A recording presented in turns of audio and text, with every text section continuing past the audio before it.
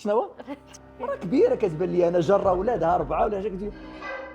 جبت لكم ضيف ممثل واعلامي ومغني وتشهر بنغمواتي، فين ما كتشوفو كتقول لي كبرت معاك. سي عادل مرحبا بك. الله يحفظك يا فاطمه، الله يخليك. تعودتي على العيشه في الامارات؟ نقول لك واحد القضيه. في بدايه القرن العشرين كان شيء اسمه الحلم الامريكي، فكان الناس من العالم كله كيهاجروا لامريكا باش يحققوا الحلم الامريكي. الان في القرن 21 كاين شيء اسمه الحلم الاماراتي، فالان الناس كيهاجروا من العالم كامل في مجالات مختلفه باش يحققوا الاحلام ديالهم، لان فعلا بلد تحقيق الاحلام وتحقيق الاهداف لا عطيك كل شيء، لا من امان، لا من بنيه تحتيه، لا من خدمات وبرياده. اي واحد بغى انه يوصل في المجال ديالو كما بغى يكون، البلد الوحيد والاوحد والمكان الوحيد في العالم الان هو الامارات. عادل، عرفت بان الوالده ديالك الله يطول في عمرها عايشه معك، كيفاش جات العيشه في الامارات؟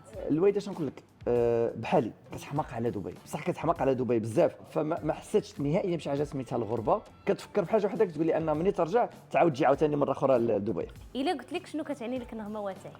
نغمواتي هي اللي المغاربه عرفوني من خلالها، لان انا سنين وانا كنقدم في التلفزيون قبل نغمواتي، ولكن البرنامج اللي خلى المغاربه كلهم يعرفوني هو نغمواتي. ما كاينش ديك الكلمات المنمقه شنو هو؟ تفرج فيك انت من صحاب تفرجت فيك واش كنت صغيره. فراسك هذه القضيه فاطمه اللي كنتلاقاو ولا في مواقع التواصل، عقلتي كنت كتفرج فيك ملي كنت صغيره، اش كتفرج فيك ملي كنت صغير. بعض المرات في الشارع كتلقى مراه كبيره كتبان لي انا جره ولادها 4 ولا شي، كتقول سي عادي تبارك الله كنت كتفرج فيك ملي كنت صغيره. كنقول انا شي كنت كنقول لك خالتي. بصح داكشي يمكن لانك ما تبدلتيش عليهم بزاف. الحمد داكشي لله، علاش؟ هذه نعمه من الله سبحانه وتعالى. طيب، رساله اخيره لصفحه الامارات تحب المغرب.